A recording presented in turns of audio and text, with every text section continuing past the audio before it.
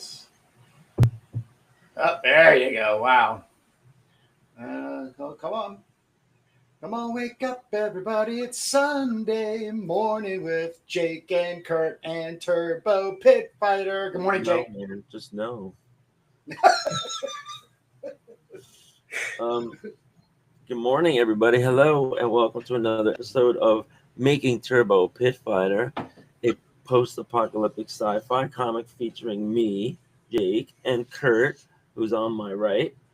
And Kurt is inking a Super Squadron Vixen. Kurt, I gotta tell you, on that, you made her have like some kind of superpower with a flaming fist. Yeah. I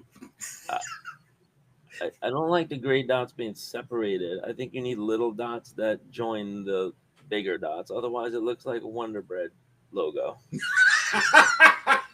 That's awesome, dude. What do you mean little dots? Like In between those dots, put smaller dots, like medium this? and tiny. Yeah. And you don't have that gray.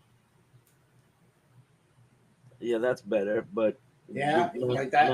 Matching the gray would be better because I guess it's gray matter. Now we have to write something that matches that. Well, you had left me with the concept sketch. You had left me this empty fist, and I just, what do they call it? Go off the script. Went off road. Yeah, she was. She was mean looking and angry. That's all we had so far. But yeah, I guess she'll be one of the 5 enhanced Super Squadron Vixens or whatever. Right. Now, this doesn't have to be a superpower, This could be something in her hand that she will reveal. Something radioactive, right? Yeah, exactly. There's so many possibilities in the world of comics. Yeah, the imagination can freely go. So I'm over here on this side, doing the Ken Landgraf pages, and we're going to show the progress. What I started doing more and more was touching up the artwork scans. So you got the original art, you scanned it, you sent it to me. So I have these high res scans, and I did have to make some modifications to them. For example, here where the claws weren't fiery, they were supposed to be fiery, so I added the fire. Then I started doing this kind of gray tone stuff in the background. I don't know if you could even see it on this.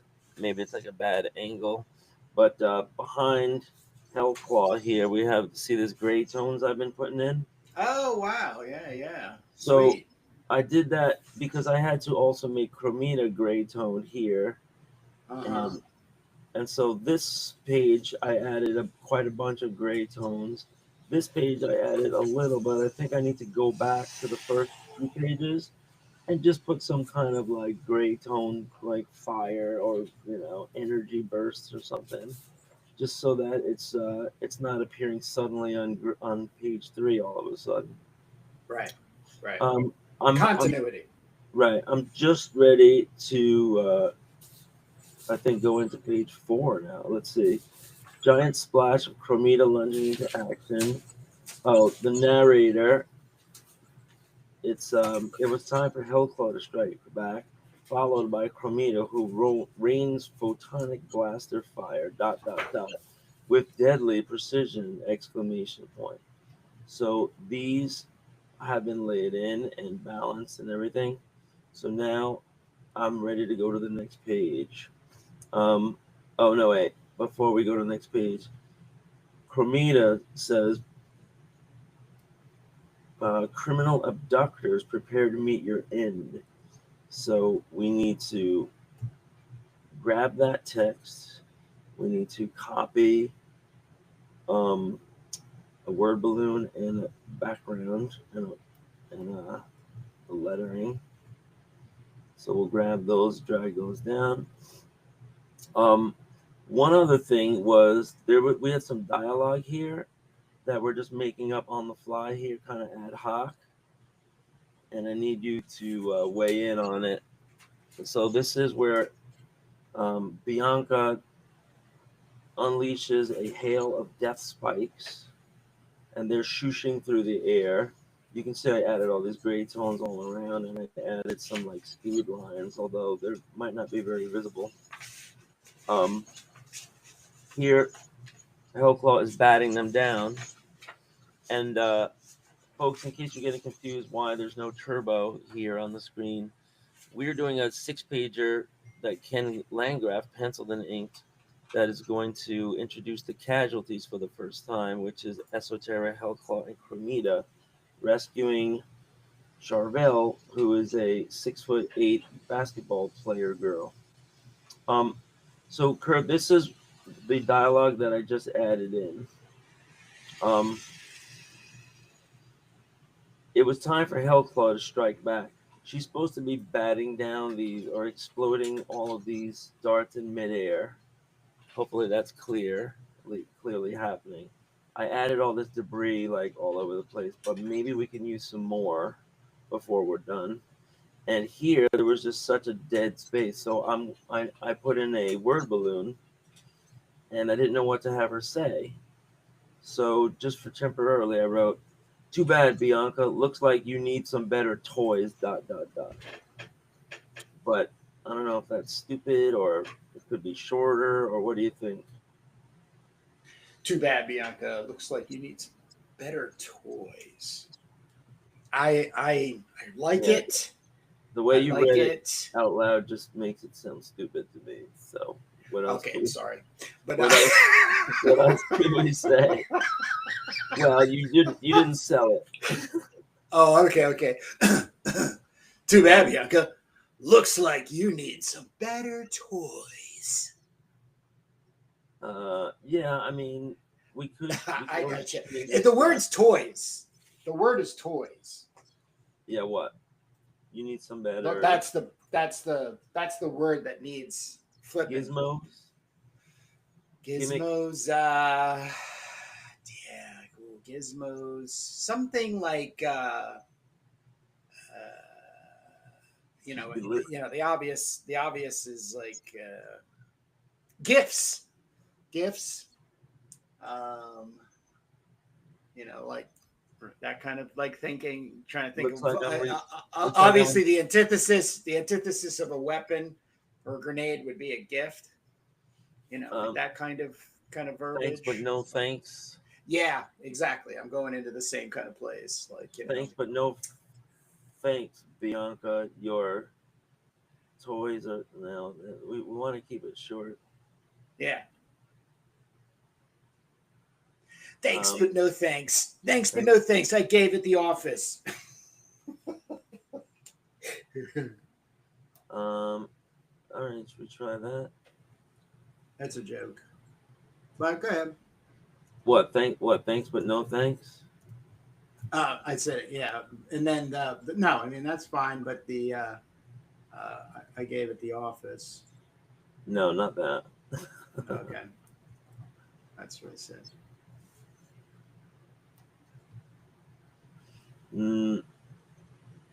This isn't really clear.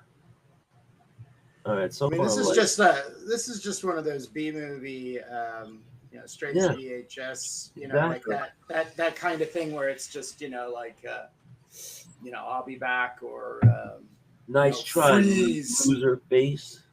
Yeah. Weak pitch there, sister. All right, we're not quite there yet, so I'm gonna leave what we have temporarily, but just like asterisk, I want to change that. I want that. Hopefully, something will come on to us. I also shouldn't have done this. I erased my text. Okay, here we go. Criminal abductors, prepare to meet your end. So this will be Cromita saying that, and there's room here on the upper right for that to fit, luckily. So sometimes we need less room for word balloons. Sometimes we need more room for word balloons. Criminal abductors, prepare to meet your end. Maybe we'll make this 2 lines. This is all spread out. So yeah, this is what I'm doing right now. Copy fitting. So I wanted to run something by you. This is comic related, but this is probably not your favorite aspect of comics, and that would be high-end collecting and trade. I have a friend, good old friend. He's been my bandmate since 2004, so that's a long time. He was my drummer for a long time, but now he's my keyboard player. And he has a collection of high-end number ones, and he's looking to sell some of them because I think he needs to like put his kid through college or something. And I'm wondering, I told him, like, well, put it on auction at Heritage. But I don't know if that's the best place. What he's trying to sell is his collection of Fantastic Fours, including number 1, which is a 4.0.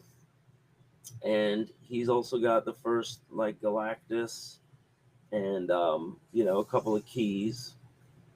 And I'm wondering if there's anybody to put him in touch with, or what's your take on that part of the biz? I mean, two options. The first option is exactly what you said: is go to Heritage, and have somebody professionally do it for you, which also means that they're going to take a huge cut. That's just the Right. name of the game. They take buyer fees and seller fees, which is like egregious. I think it's like, I don't know, 15. But you're going to get high market value for them. That's because they're going to do the promoing. Because if you do it on your own, you've got to do promoing, no matter what you're going to do. In other words, if he has 1,000 comic books, I guarantee he's not going to want to do this, but basically plot out for the next 3 months going on whatnot with the cheapest comics, doing bundles. No, he's only selling a handful of high-end FFs. That's it. All right. Well, then just stick them on eBay and put them up for ridiculous. No, eBay has terrible fees, and you might be dealing with everybody. Like weirdo. Everybody's got terrible fees. Right. Well, at least Heritage brings like a customer base to the table. I don't know about eBay. eBay, it's kind of like, the luck of the draw, depending on the time of year. All that. Yeah, but you do it as a buy. You do it as a buy it now. You also do best offer. Like, I don't sell stuff immediately on eBay. Yeah, I always do. I do an exaggerated value, not too far off what other people are selling the book for. But then I do best offers, but I cap the best offers so I don't see all the stupid, like, I'll give you $10 and a lollipop. Yeah. I don't pay attention to that. But then after a month or two, I then go back and I look at all that and I say, okay, well, a whole bunch of people came in at a marker around $50. I have it at $200. I got 6 people watching it. So what I'll do is I'll drop it to $150 with still the best offer having a bet. And then eventually you corner in somebody who's going to pull the trigger on it, because you just have to, the selling of something at what people think the value is only when it's purchased. Anything on eBay or any other place listed is just a complete guesstimation. Yeah, it can mean prior books had sold, but how long ago was that? Was it 5 months ago? Was it 5 years ago that book sold for $300? So I still believe in eBay. And and it's done me good. I mean, I'm about ready to do another round because it's coming up on Christmas. I have a pal, also in the music world. He was my guitarist for a long time in the 2000s, and he sells guitars, saxophones, keyboards, and hi-fi, like high-end hi-fi, techniques, and those old like receivers and stuff. And this was like 2 years ago or something, but he had this vacuum tube from a it was a rare vacuum tube from a receiver that was made in like Chicago in the 70s or something. And it was just like a replacement vacuum tube.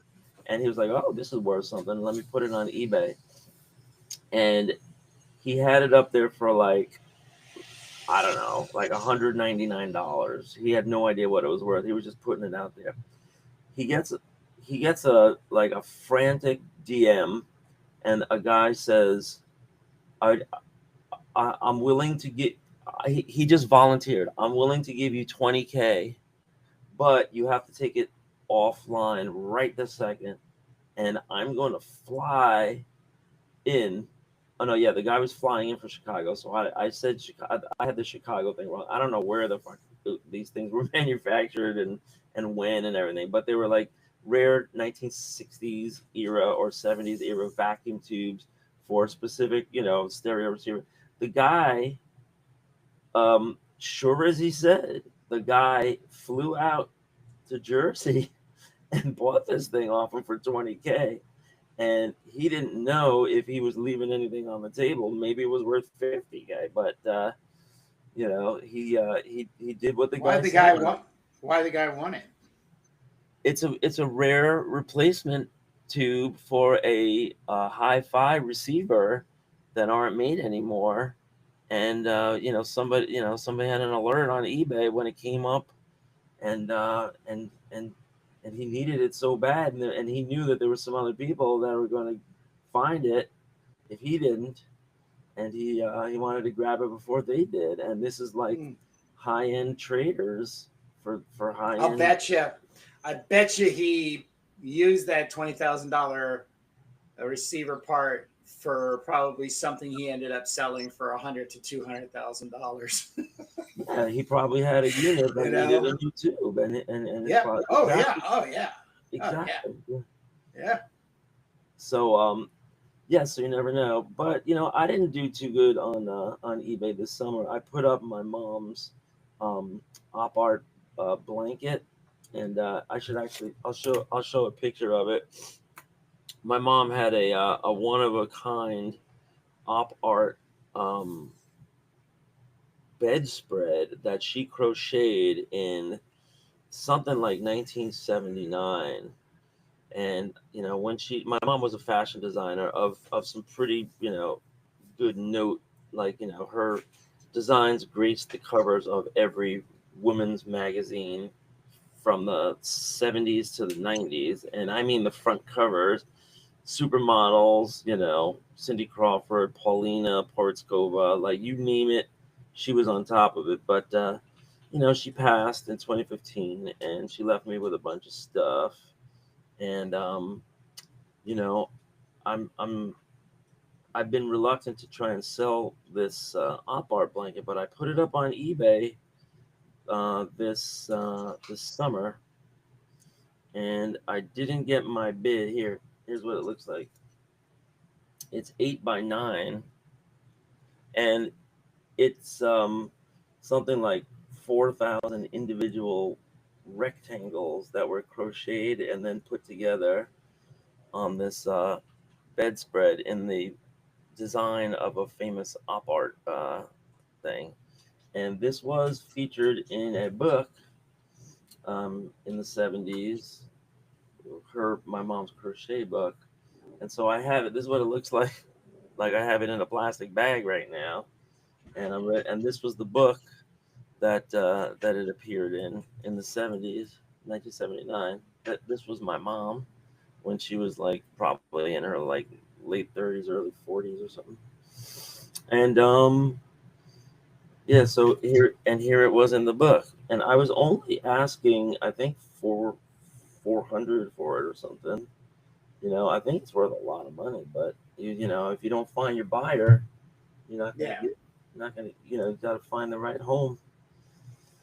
So I'll try again, but I was also thinking about donating it to the fashion high school. I always donate stuff to. I donated a lot of her other stuff to the fashion school, and they loved it. They raised a lot of money selling a lot of my mom's stuff. But yeah, my mom was a fashion designer. She called herself a fiber sculptress. that was a little strange title, but I ended up with 3 word balloons. Maybe I don't need them because I only have 2 guys here.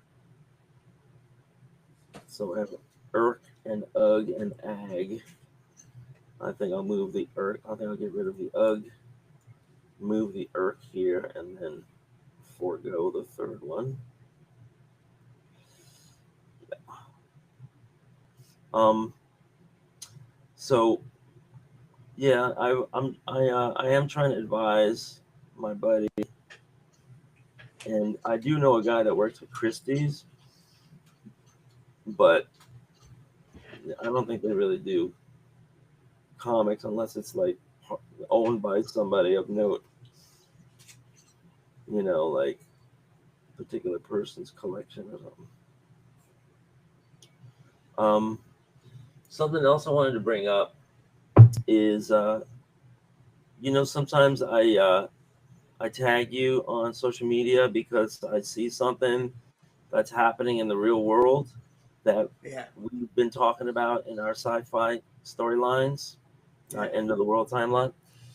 Well, it happened again twice, and um, yeah. So the first thing is, um, we have an idea at some point in the future that the government is going to split into two as the Dehuberton family gets more and more aggressive and more controlling.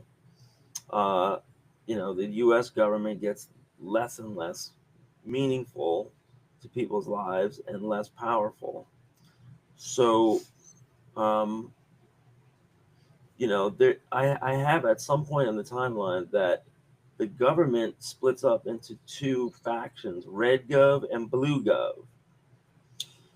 And the reason why is because there's kind of like a revenue strike, and the blue states don't want to pay for subsidizing things that help the Dehubertons. um they just want to pay for services and defense and infrastructure and disaster recovery and stuff like that. So they create 2 consortiums, and we call it Red Gov and Blue Gov.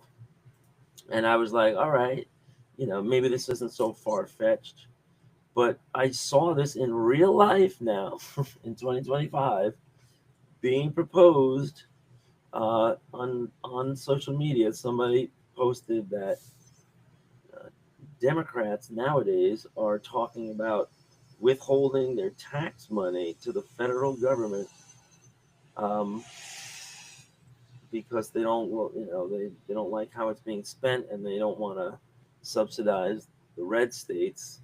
They say that they're maker states and taker states. So it looks like this is happening already in real life. At least it's in proposals, in talk and rhetoric and stuff. But I don't know. What do you think, Kurt? Is it an inevitability that our government gets so dysfunctional that at some point there's a revenue, like a boycott, divestment, whatever movement from New York and California, which contribute a lot of money federal taxes? Anything's possible. I mean, that's what we're definitely learning nowadays. I mean, there's science fiction, and then what we live in, which some people would call reality. But I don't, my way in on this kind of stuff, like when it comes to the real world, is just like, even when things happen, there's always cause and effect. So, we're not, when we're dealing with elements like this in Turbo Pit Fighter, we're looking at the effect of the story, in order to amplify it, to an exciting cliffhanger climax that, sells comics, right? Yep. When you have something where, states, I think for as long as the federal government has, come into existence,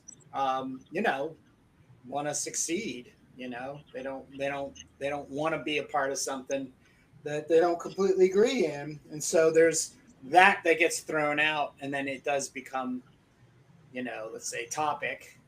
And yeah, there was but secession. the thing that fascinates me the most when you bring these things to light here on the show is, what would that look like? Let's say it happens, and what does it look like? So there's where science fiction comes in. Hence, end of the world timeline for Turbo's, place of existence in the future, post-apocalyptic.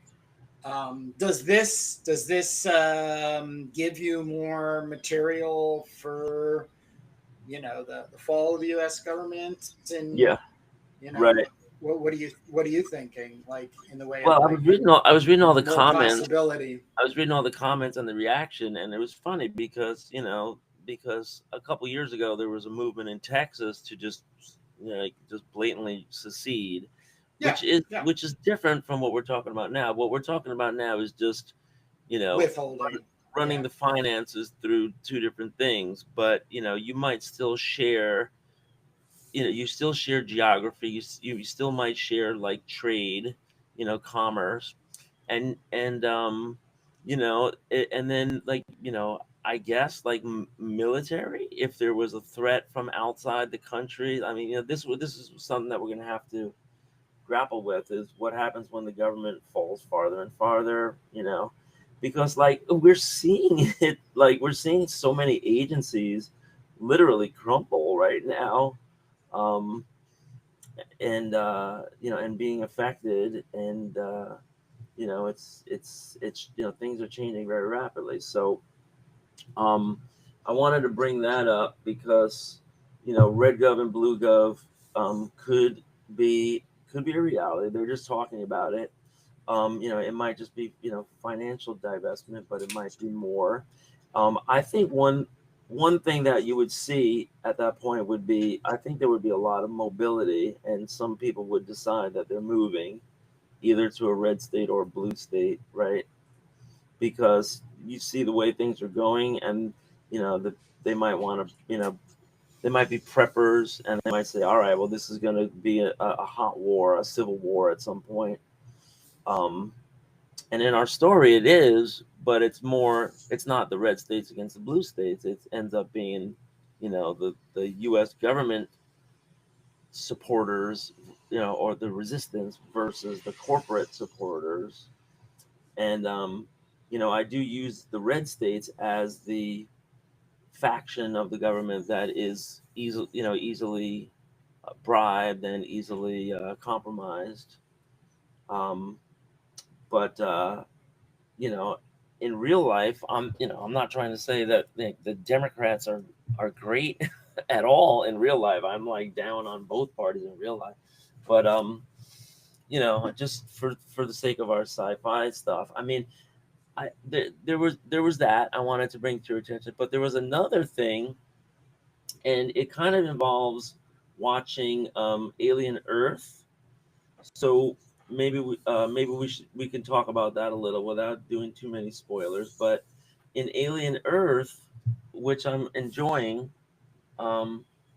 there's this like Mark Zuckerberg type character, and he's a trillionaire, and so this pops up, not only in my sci-fi, and I'm sure people have thought of this before. There's going to be trillionaires. They're going to consolidate things. Things are going to get bad, but I don't. But I can't really name any sci-fi series or book or whatever that had like the takeover of the trillionaires. I mean, that's why we were doing it ourselves. And then you see that that's exactly what's going on in Alien Earth. They have something called the Big Five, and there was these corporations that took over the whole world, and they kind of like sliced and diced everything into territories and industries. And they show this one guy who's like this boy prodigy, and his company's called Prodigy, and he kind of looks like Mark Zuckerberg the way they cast him, and the acting is great on the character. And he controls like all this stuff. He controls all these ships. He controls all these cities. He controls these buildings. He controls the the army forces, and they say he's only been around for 10 years, and he got that's how fast he got rich.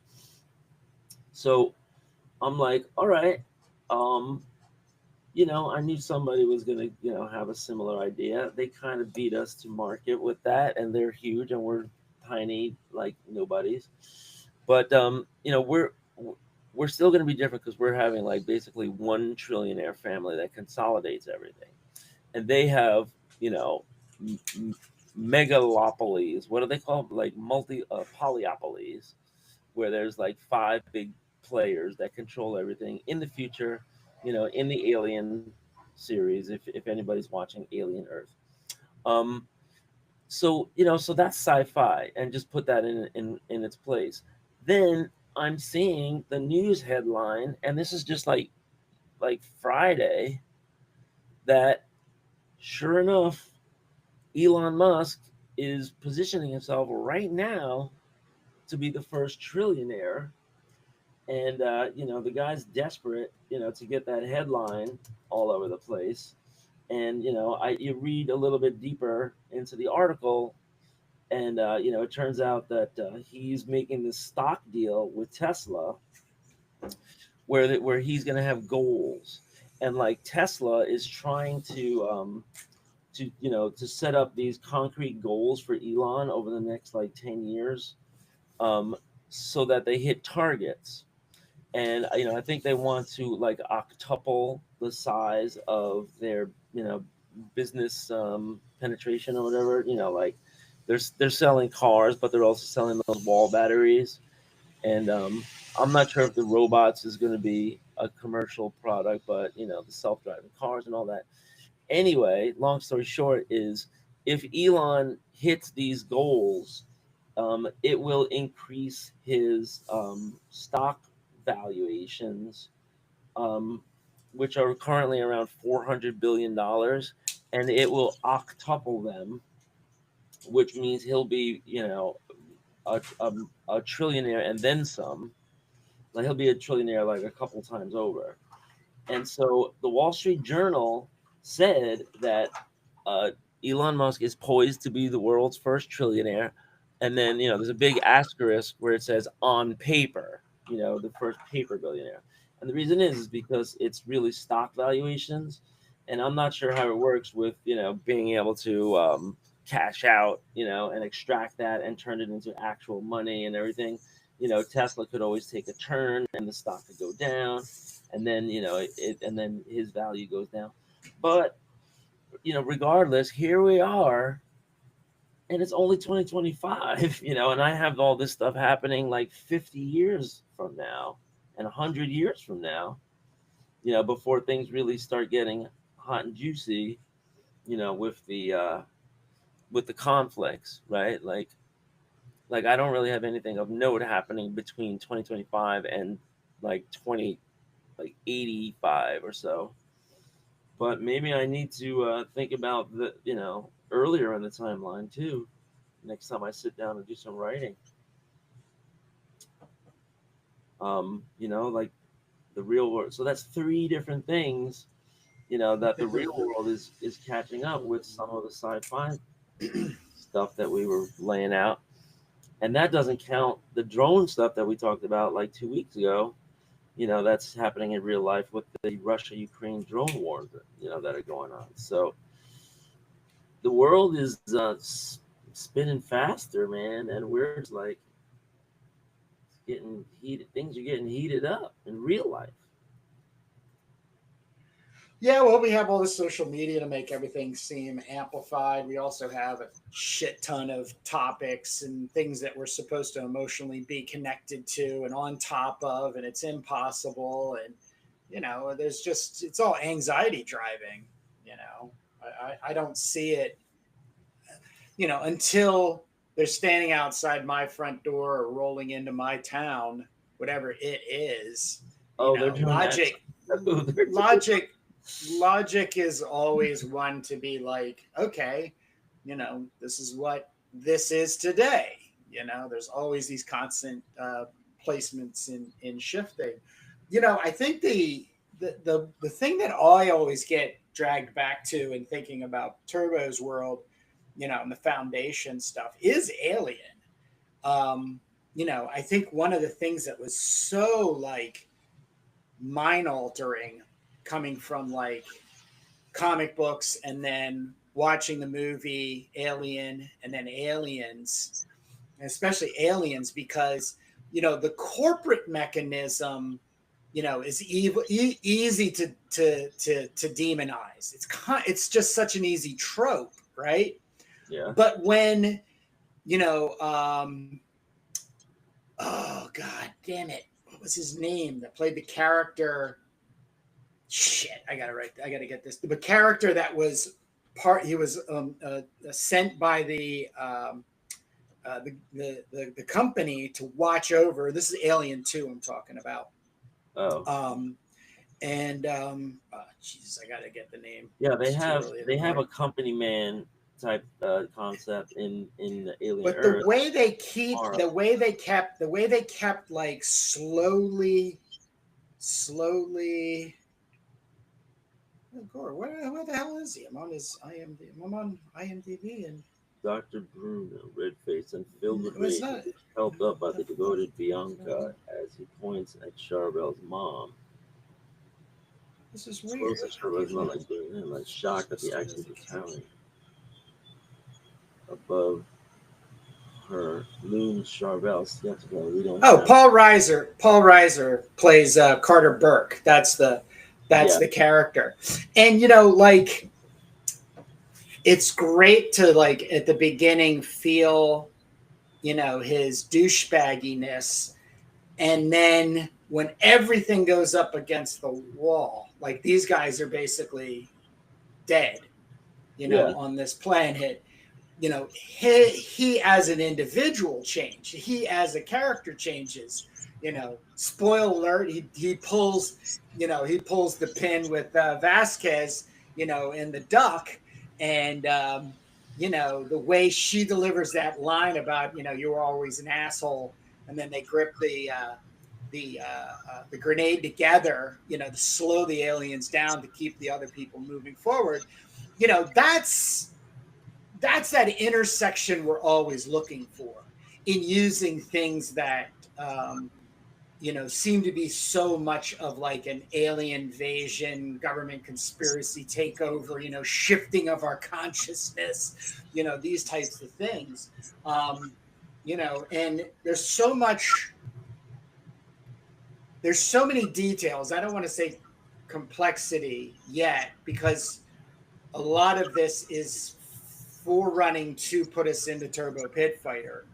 Hit her world, which is 6 issues, which will be, a graphic novel in the end, combined into a trade paperback.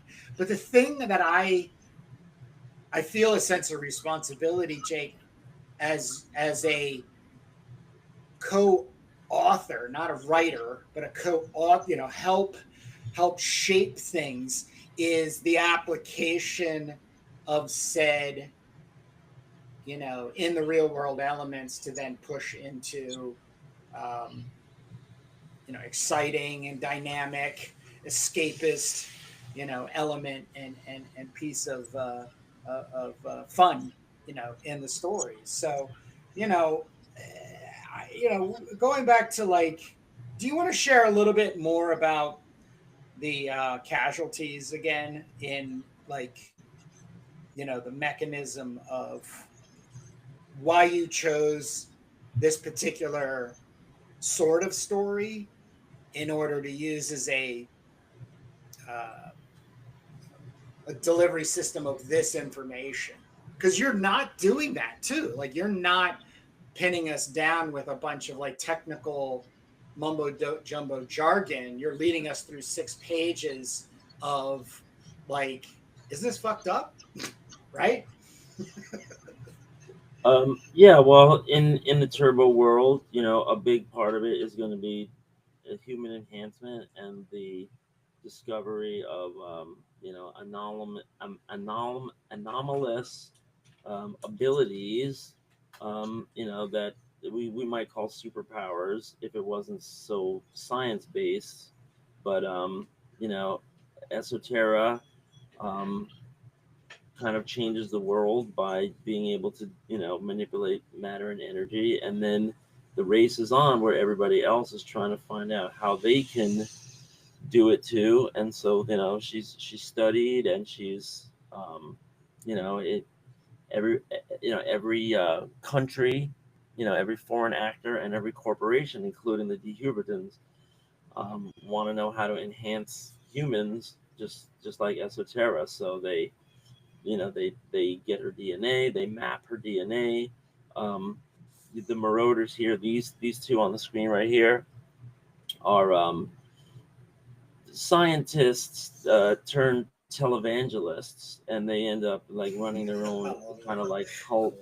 And they're and he's trying to get some super powered humans by breeding. And so his deal is finding these glowers and then kidnapping them and mating with them himself, because he's got some of the markers, and he's able to do very simple manipulations. Like he can make a little, like on this page here, he makes a little fireball with his hand, right? And and it makes Charvel drop the her weapon. But that's kind of the extent of his abilities. It's just kind of parlor tricks. And so he's trying to find a female that he can mate with, so that they'll have the full complement of powers like Esoterra. And that's Charvel. um so in this 6 pager, the casualties, who is Esoteric, Chromita, and Hellclaw, are going to rescue Charvel from him. But in the written part of the story, um, he gets Charvel's DNA anyway. He already has her DNA from a blood sample anyway.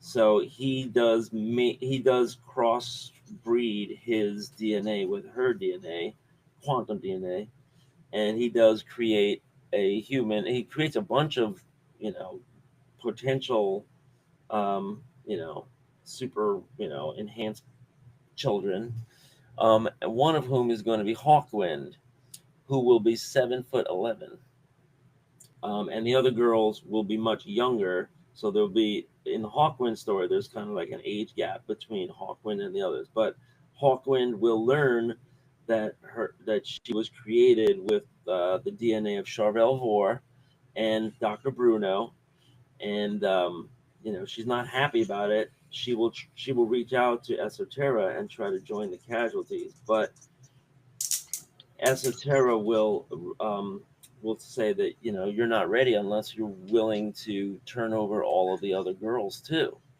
And so Hawkwind's only 17. She goes back and contemplates that, and she isn't quite sure what to do. And I don't know if you want me to give you the spoiler, but in the Hawkwind, it's going to be a tragedy at the end, because she's going to take her life along with the life of all the siblings and Bianca by going into a panic room where they're all trapped, and she just like uses her powers to like incinerate everybody.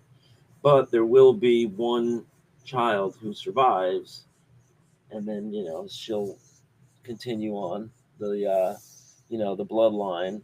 But Dr. Moroder will be dead by then, and so Bianca will be like the evil stepmother, and this whole thing will be happening in prose, unless we eventually do like a 6-pager about Hawkwind and Little Winter and all that. But yeah, that's what the Casualties is about. They rescue girls that are being abducted to become broodmares for Dr. Moroder.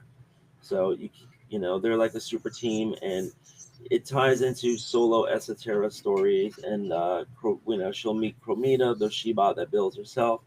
There'll be a cool story where they meet Hellclaw, and she joins the fold.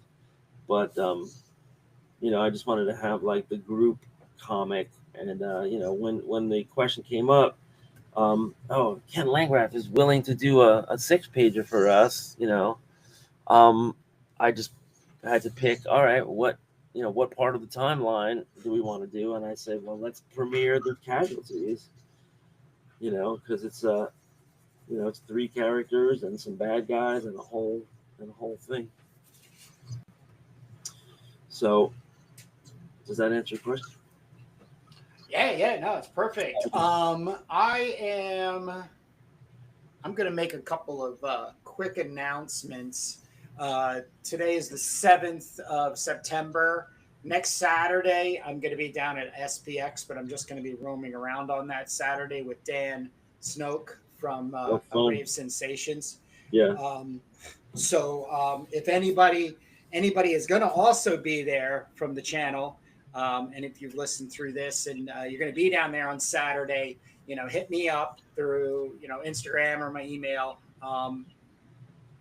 because would totally love to use the opportunity to actually meet some people. The other things are, let me see. Oh, we've sold a couple of second printings of the Turbo teaser, our second Turbo teaser. So I just want to thank everybody.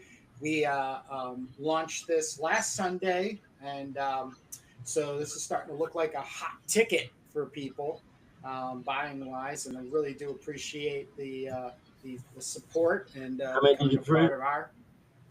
I only got 20 right now, but this is an open printing, so I can keep ordering, more and more as time goes on. I did 20 only because I was apprehensive about what I was going to get from Nixum. So I was just very peculiar about their zine. This was their zine profile and printing. And I just was kind of put off by a couple of the things. So I didn't quite know how it was all going to come out, but I cannot be any more happier than I was when I had put together with Kinko's this one, which is now has been sold out, and this was 50 copies. So if you got one of these bad boys, you're in the know now. Yeah. There's only 50 of them. There's no more of these are going to be made, but this is going to be an open run. So that means open run. That means you're going to feel free to submit it again to print up more, and then sure. You're not going to make any differentiation or markings or anything. No. I mean, the only thing I did on this one was down over here. I put second printing with Nixum 2025. That was the only thing. Yeah, I've noticed like little things that I might tweak in my work or what have you, because I actually made some tweaks on the original art, especially on her thighs and the things. But for the most part, it's an open run, and it's for 2 major reasons we put the teaser together. One was to openly share with other indie creators in our Indie Creator Comic Exchange program, and to get you on our interviewing podcast. And then the other one is to grab some cash to be able to print more of them from there. So, yeah. And when it comes to the Indie Creator Exchange, last month we added the Indie Creator Update Reel, which is based on all the interviews, which, by the way, with Scott Harris King, who I just finished editing and will upload for either a tomorrow, Monday or Tuesday release, was episode number 50. So we've had 50 interviews, not all of them individuals. We've had multiple guests on again, which is one of the things we're always looking forward to, is getting guests back on. But the Indie Creator Update Reel allows indie creators to submit a 1-minute update on what's going on on their neck of the woods and working, or make it even like these are the comics I have for sale and how to get to. Today is actually the deadline for September. I've gotten 9 submissions. I'm expecting 1 or 2 more, which is going to be really, really exciting. And then I have a note here also, Jake, that I want to do so outside of this recording, just some recordings of us talking about the 50 episodes for the Indie Exchange and the next 50 that we're looking forward to, because I want to run all of the title cards in a video and put that as a promo. And my last, and I just finished up this Wheeloo sketch. Obviously, it didn't take me that much. So something I do want to start working on is this Duke, and I'm going to start it with some paint marker action is what I'm going after. And I know you're going to have a what the hell? What happened to black and white? But I have 2 sets of color markers that I'm excited to. I've been playing with, but I want to play with in the way of values, because it will end up being at one point just a black and white illustration, but as a color illustration, we can also utilize it for anything else. So I'm going to now start working on some the Duke. Yeah, we have some color covers for sure, and those might be nice to sell as prints at the show, like as large size poster prints. You just reminded me of something I wanted to bring up with you. You know those Sharpie acrylic brush markers that we bought? Yeah, I have them right over here. Right.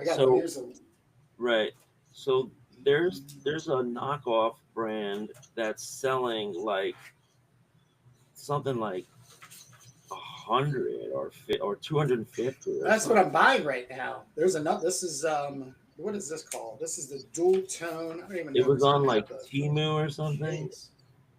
Well, no, on Amazon. The same thing's on Amazon. No, well, it was no, it wasn't on Amazon. It was a Chinese company. Okay, but I just got this. This is 48, I think, 48 or 72 transmit. That so these are the two. These are the 2 look sets. Like paint markers. They are. They're paintbrush markers. They're acrylic. They have dual tip. So they got the flexi painty, and then they've got this bullet. They're sweet. Yeah, so, I was gonna take a shot on the other set because it's a much bigger set, and they look just like the Sharpies in the way they're constructed. Yeah, do it, man. Do the Sharpies have a metal ball in them, like the? Yeah, they still. Yeah. Okay.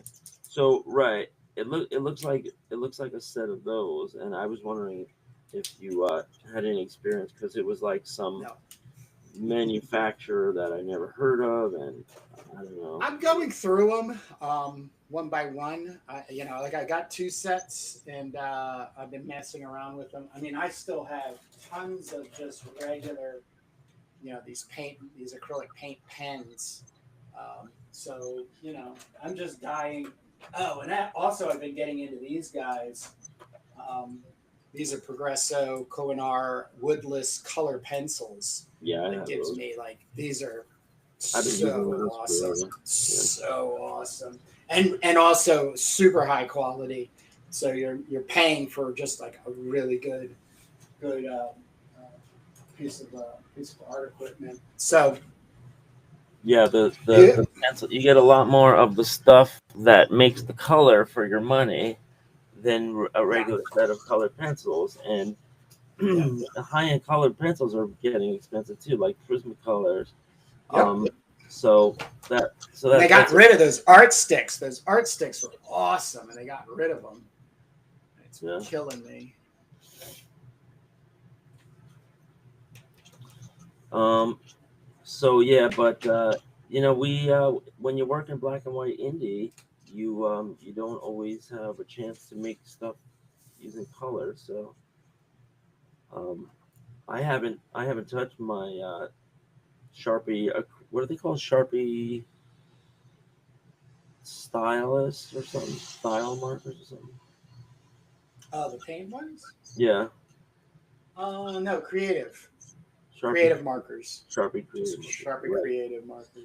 Yeah, they're in Staples, and I was in Staples and Target for back to school, because they have like for it's like a loss leader. They're just trying to get families in the door, and they're like, okay, you Yeah, can buy a pack of colored pencils for $1, or you can buy a pack of colored markers for $1. So I just fill a bag of those, and I bring them to school, and I'm giving those out to kids all year long, because you're never gonna see a price like that. Usually, it's like 279 or something for the same thing. Um, but they have the Sharpie set there, and the prices are through the roof.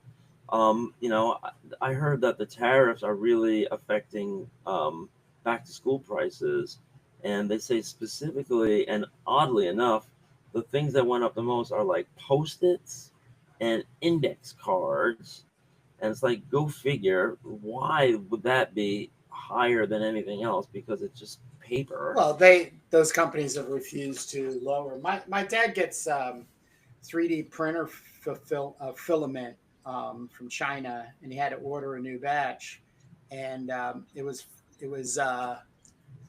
$40 a spool, and he usually gets like 4 spools, and then it was like he said it was like no more than like $50 shipping on it, maybe even Yeah, less. Now it's $13 a spool, and he bought 4 sets of 4, and the shipping was $150. So obviously, that company wants to keep. They're predicting that this is not going to be forever, and then they're predicting and hoping that they just don't want to lose you as a customer, so they're eating that tariff shipping cost, to do that. Post it doesn't want to do that. That's what I'm thinking. I know that I know Staples was passing along their higher prices, whether it was tariffs or not. It might have been something else. Who knows? But mm, um, it's just gonna be a world of hurt. Like I'm so thankful that I've all stocked up on comic paper and pads. Like I have a whole drawer of blank comic paper and blank pads. So as long as nothing happens to it, I'll be set for years. Um, I did buy some comic bags and boards, and also for the magazine size too. But I don't have not that much, and that I might have to re up on. But yeah, some people might strategically want to stock up on certain supplies before these trade wars, escalate over the next, couple of years, and then of course we don't know what's going to happen after that either. So, um, politics is. It would be fun if it wasn't so consequential, because we are getting to the crazy stage now, where troops are on streets, and foreign, like Putin is dictating terms, and I don't know if you saw this, Kurt, but there's going to be a UFC fighting championship on the White House lawn. That's going to be a giant, like, pay-per-view spectacle with what is UFC? It's like kickboxers, right? Yeah, mixed martial arts. Mixed martial arts. So they're doing that, and they're using the White House to promote it. And I don't know who's making money on it and everything. And there's so many people shaking. It's the guy who owns it. I can't remember his name. Something White. Right, right. Because I know that he's good friends. They're good. They're really good friends. So I know that Vince. Why wouldn't you? Why wouldn't you take advantage and do a kickbox? Excuse me, UFC. Why wouldn't you do that? Why wouldn't you do that? I mean, come on, man. Everything is up for grabs now. Mix the government with commercial enterprise. It's supposed to be the emoluments clause in the Constitution, and all that's going out the window. I mean, we got crypto stuff going on. Are you following any crypto headlines recently? I haven't seen anything on my radar. No. Well, what's happening is they just, this administration just deregulated crypto so that you can sell meme coins on these crypto exchanges pretty openly without any government regulation. And, during the previous administration, the government would have a, kind of like the ability to monitor any transactions over a certain amount, so that they could, keep an eye out for laundering and weapon sales and all kinds of big transfers. You needed to have transparency. Well, that's all gone. So now you have all of these meme coins that are being openly traded, and they're being put on these big exchanges like Robinhood, and everybody's buying them.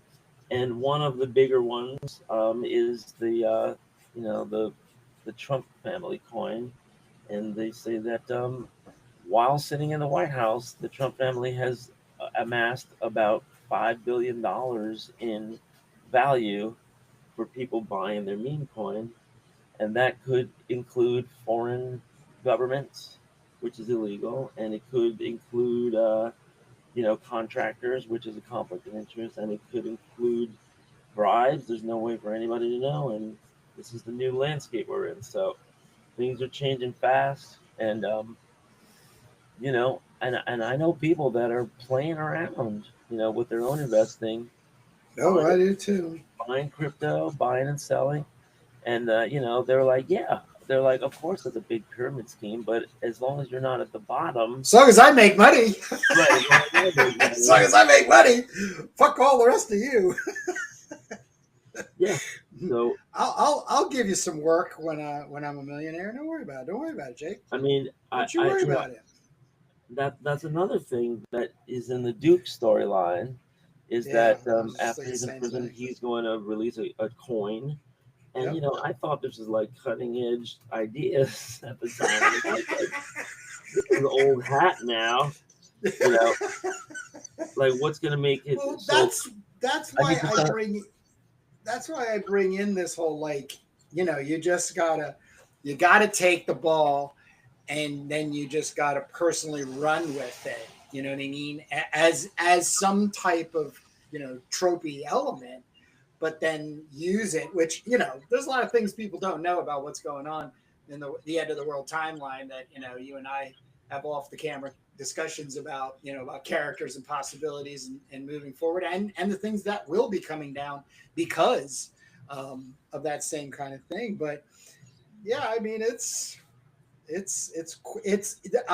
my depression stems from the fact that it just feels impossible to make anything that beats out the real world when it comes to fantasy. It's just, how are you going to beat that? How are you going to beat that?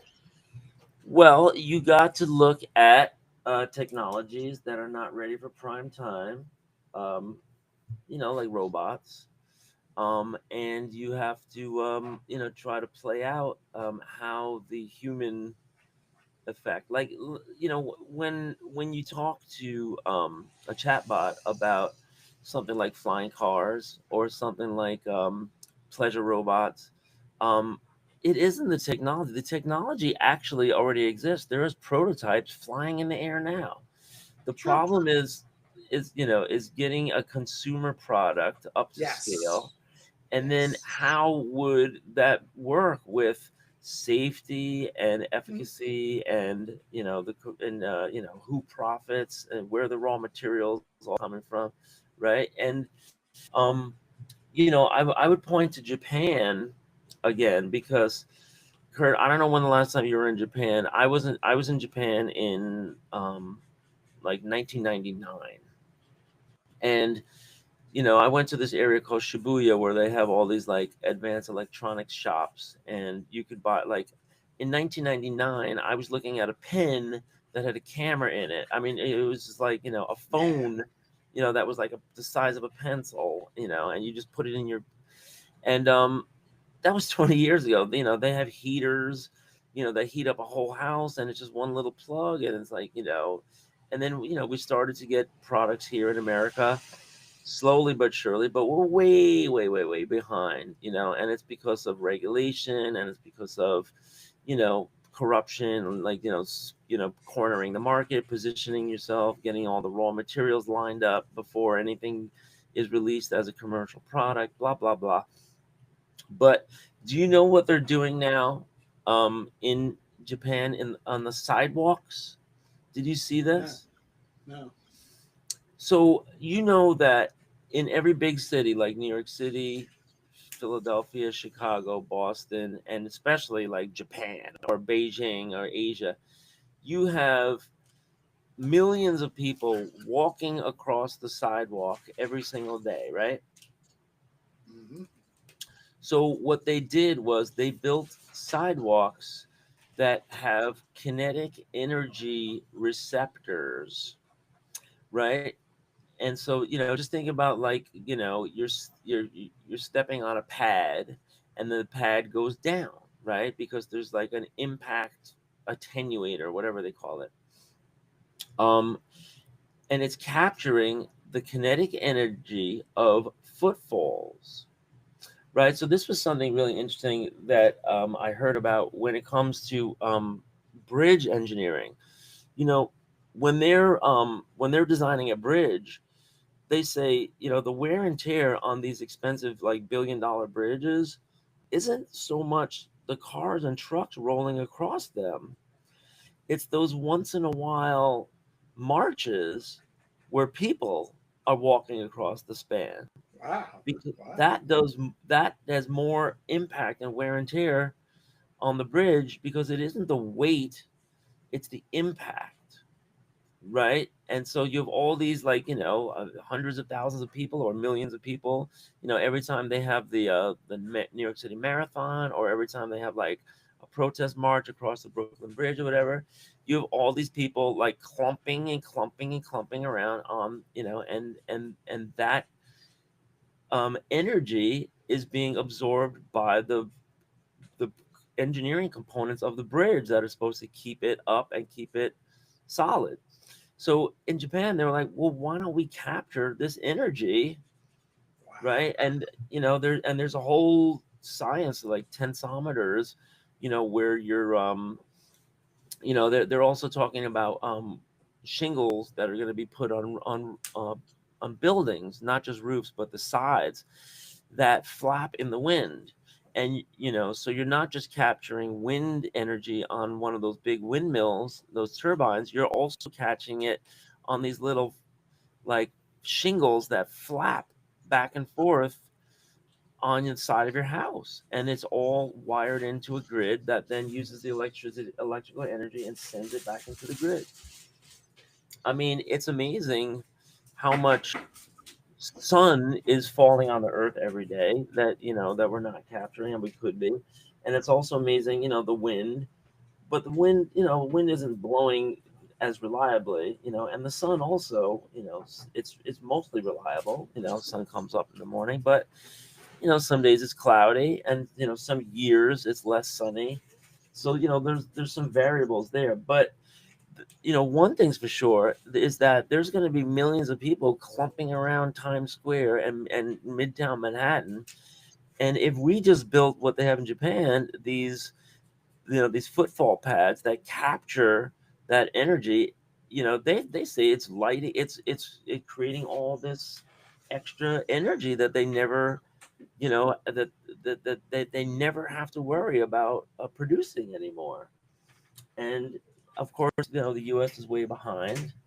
But Yet again. but yeah, but this is what's happening overseas. And the other thing about China is that they're building renewable power plants right now to capture solar at a rate that is just mind-boggling. Like they're coming online every 8 hours with the equivalent of a gigantic U.S. power plant. They're doing that every 8 hours. These stats are like unbelievable, and it really is going to change the calculus about energy costs and conflict over energy, but not for us. Like not for us. We can't have nice things. They're doing this in China. And we've been talking about the energy revolution for decades, and they're actually doing something about it. Same thing in Germany, and in California too. Um, I read about all this stuff for my sci-fi, but it's fascinating, just as news. Did you know that California has reduced its natural gas demand by 40% just in the last 2 years? And that is thanks to those wall batteries that people have now. People are installing so many wall batteries hanging on the wall that are attached to solar panels, and the solar panels produce, but they, if you don't use it, you lose it. So now they're capturing it in those wall batteries, and they say enough people are doing that in California, so that 40% of the natural gas demand has been eliminated in just the last 2 years. And that is some amazing stats. That is building scale that we could be doing all over the country. Yeah, but that's science. Science says anything is possible. You just need to figure it out. That's what the fundamental reasoning behind wanting to be a scientist is, that you see all these problems out there and you just start playing with the basic elements, even just earth, wind, fire, water, just these kinds of things, and then go from there. That's why I never, I don't know. I just, there's a lot of topics I don't really get concerned about, especially the human ones. In the conspiracy theory level, like, oh, this is all gonna do this to us, or all this is gonna happen, and this we won't be able to, because change is inevitable, and everything has cause and effect. So these are fundamentally just things we all need to just accept, move forward. But it's this the toughest part. I would even think. I mean, the AI people that I'm following to keep up with and everything. There's a lot of issue right now, because it's like turn of the millennium. I don't know what. I'm just going to make a random number just to paraphrase what I just recently heard. There were hundreds of products that were coming out because of CPUs and all the kind of computing power that was able to, fiber optics for, from landlines to, fiber optics to get your, so this all caused hundreds and hundreds and hundreds of ideas. And a lot of them go to market, and 99.9 of them just never get there because of some kind of thing. We're now supposedly in the thousands to hundreds of thousands of like product or solutions to problems, but once again, the bandwidth of the average human being, if a human being is given more than 5 choices, I think it's actually somewhere around 4 or 3, but I'm just using 5, the human being chooses not to choose. That's what they do. It's an automatic. It's not a conscious thing. The human brain goes, yeah, too many choices. Let's move on. Okay. And then you move on. So, it's once again, for me, it's just a ton of information that I sift through for my own business, which is, incorporating AI, basically ChatGPT and, the language models in order to make things more productive for me as a one-man band. And then the other one is I'm a huge conspiracy theory junkie. That's where I can find, themes for me to lean into and hopefully generate some kind of like interesting story or, element to maybe even contribute to Turbo Pit Fighter. So. Yeah, well, the tension is building, the times are changing, and all of these things are kind of interrelated. The wars that are going on now, are pretty dire, because technology is like, Yeah.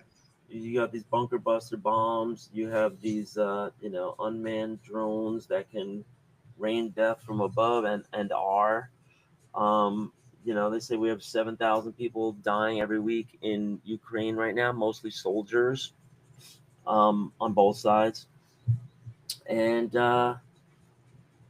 if we just fast forward, and I think the trillionaire thing is important because in the Turbo prequel world, there's going to be just like complete consolidation of industries, and cornering the market, on what kind of products get produced and who has access to them. Basing that on customer loyalty or subscription. I think we're getting to that because look, all the companies would love to have every person on a subscription, but if you have to do that, right, like Amazon Prime is a great example, right? They really push that hard. I don't know how many times I've been signed up for Amazon Prime without my knowledge or consent, because I hit some button, without reading the fine print, or else I didn't read the fine print, or else I butt dialed it or whatever. But next thing you know, you get the email, welcome to Amazon Prime. You're getting charged, whatever it is. And and my wife is already on Amazon Prime. So why do we need 2 people in the house on Amazon Prime? It doesn't make any sense. But every big company would love to have a guaranteed monthly income coming in from every single mouth breather. And the question is, when does that become economic slavery? And I would say that if they were charging for water, if they're charging for housing, if they're charging for medicine, if they're charging for things that you just can't do without, and the commercial market is providing stuff, and other countries regulate that, like they have free healthcare or they have like cheap meds. But our country is unique. We're very special, Kurt.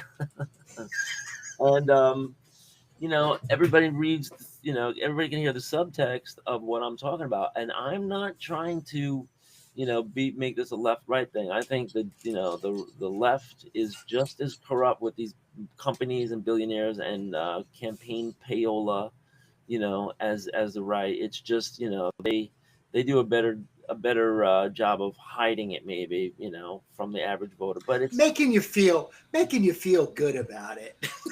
right. But that's it. Like, For example, I mentioned before the emoluments clause of the Constitution. We have this clause that says, no elected official can accept money from a foreign government. At the same time you're in office. It makes perfect sense. This goes back to Ben Franklin, who, and Thomas Jefferson. They received a gift of a gold-plated snuff box with diamond encrusted, like jewels on it and everything. And they made the Give it back. Yeah, the founding fathers said you can keep it if Congress allows you to keep it. In other words, you have to go to Congress and say, I received this emolument, right? Emolument is a gift from, of something of value. Can I keep it? And if Congress signs off on it, then yes, you may keep it. So why am I telling you this, right? This is not like a U.S. history lesson. No, this is happening right now. And this just happened this year, 2025, when Congress was trying to pass this act that I spoke about. It's called the Genius Act. And, genius stands for something, GENIUS. Part of that act, which was the deregulation of these crypto securities, like securitizing crypto and making it, something that could go up or down in value that people are selling, that's called a security. When you're selling that, you're supposed to be regulated by the Securities and Exchange Commission. So we have this other thing for digital currencies, and the previous administration had tight reins on it that were just loosened up.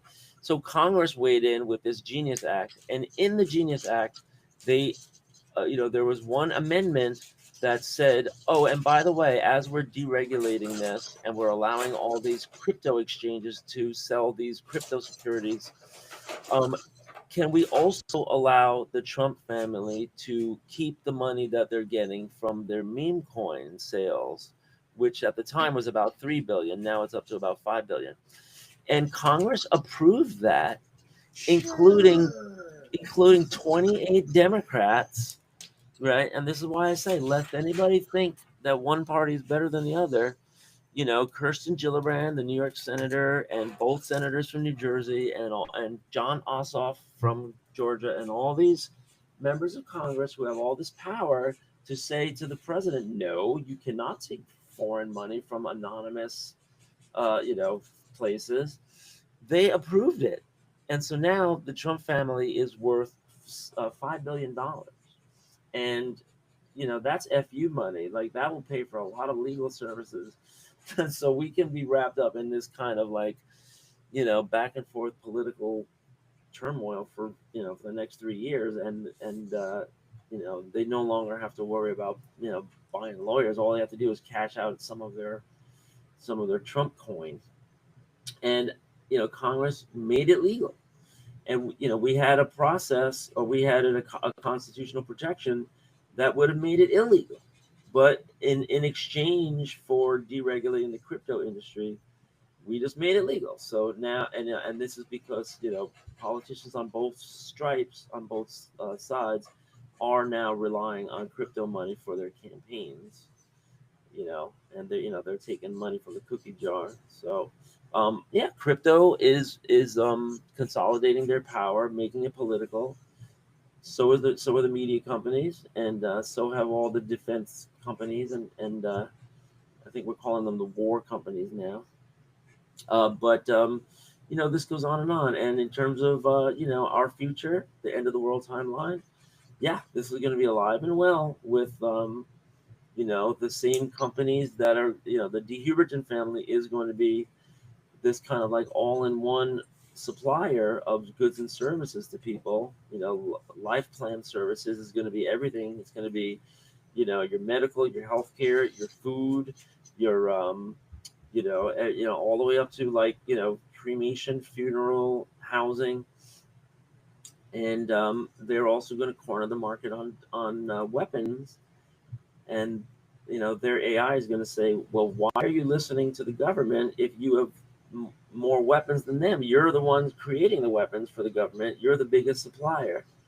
And so that's when the De Huberton family is going to start their own paramilitary force called the RM, Regime Militar. And they're going to say, screw the U.S. government, we don't need them. So I just want to make take a minute here and shout out to everybody in the YouTube chat. Travis, Raz, Bat, Matt, you're probably there too. Guys have been making a lot of great comments. Some more.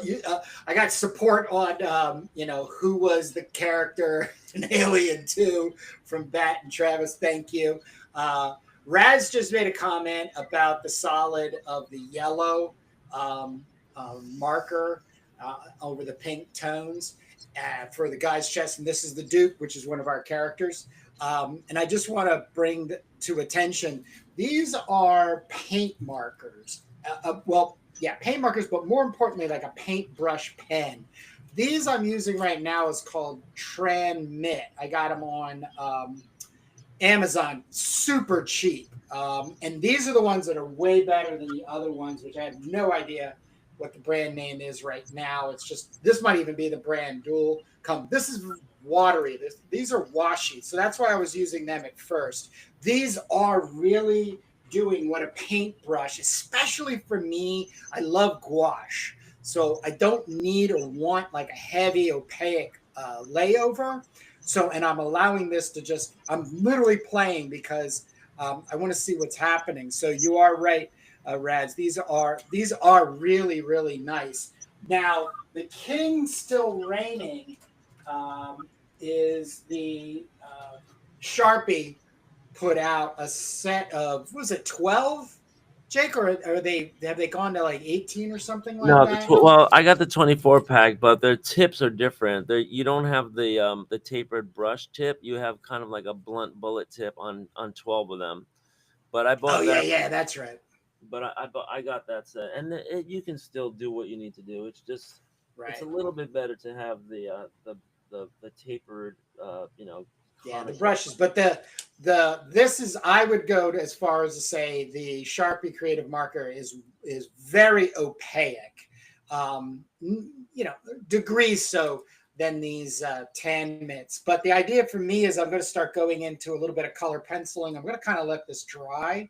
I have a question for Jake, and then I'm just going to come back with my black paintbrush pens and just bring everything just sort of back to the form that it was, and then go from there.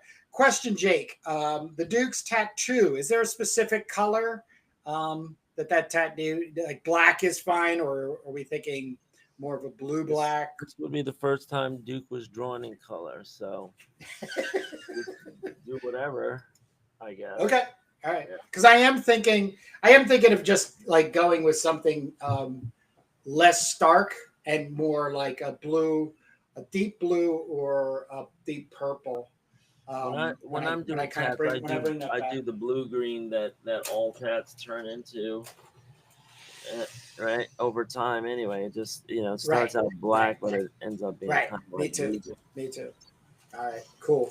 I'm actually going to throw some gray down. These are the Tombos. This is still also really good, but this is a water base, so I don't rely on it too much as a permanent. Because if I throw water on top of this, then, and this is down underneath it, it just goes away. It'll stain the paper, but any kind of edge that it creates, it'll go away. But Jake, just so you know, we're at an hour and 30 minutes. Like I said, want to thank everybody over at the live stream making their comments, hanging with us. We're assuming you're drawing right now. There's 7 people, with us.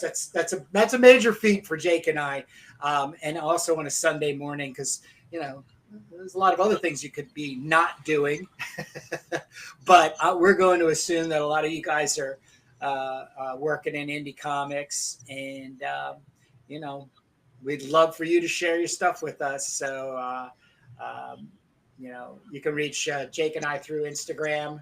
Jake is New York Art or NY Art. It's Do Mags on Instagram. Do Mags. Oh yeah. Let's do Mags. Okay, that's right. Do Mags for you, and then Kurt Brugel at Instagram. If you want to just direct message us or tag us in something you're working on, totally want to think. But we can we can start wrapping this up because we have Comics that influence today. Oh man, Jake. I have both of my hauls from so I know I have at least three. Spoilers.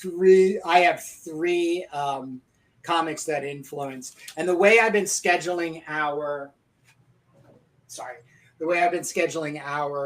comics that influence comics that influence with our comics indie creator exchange is I do 2 interviews and then give us a Sunday off so we can do this. So because I'm pretty excited about a lot of the stuff that I have, want to share it.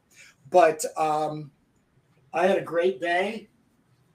I finished my Weeloo, which also makes it 3 little illustrations we can use for the upcoming Doom Mags End of the World Anthology, or keep them in file and use down the road, as just as they always say, you always have to have some stock illustrations lying around to fill in when you're down on deadlines. So that was basically one of the reasons I wanted to get this. You officially have a printer, Jake. This is a huge moment.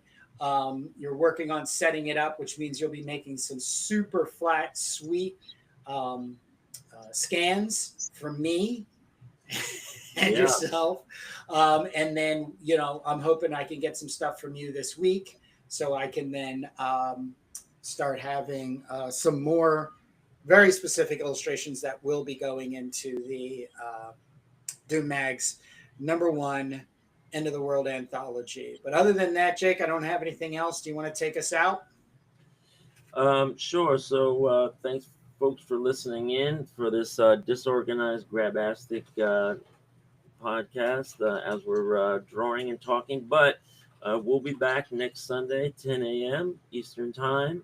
And you could, feel free to, make comments. Maybe we'll try to spot them live as they come up so it could be a little more conversational. I love the idea of, having live commenters. That's great. You can check out our other channels. We have the Comics That Influence, which we're about to tape a version of, or we're going live actually, but we're going to make a new segment. We are going to go live. Yep. Thanks for saying that. We're going to close down and take a break, like 2-minute break, and then come right back up live with the Comics That Influence and all those cool comics that Kurt is going to show. I'm going to try to match the intensity and show some cool stuff of my own in split screen. And we're gonna crack open the comics and flip through them with commentary from 2 art teachers. You can also check out our other channel. That's the Indie Creator Exchange. And if you're an indie creator, get in touch. You can be on our Indie Creator Exchange, just like the dozens of other fine indie creators that we've had on before. So that's it, Kurt. We'll see you guys all next Sunday around 10 a.m. Eastern. See you next Sunday, Jake.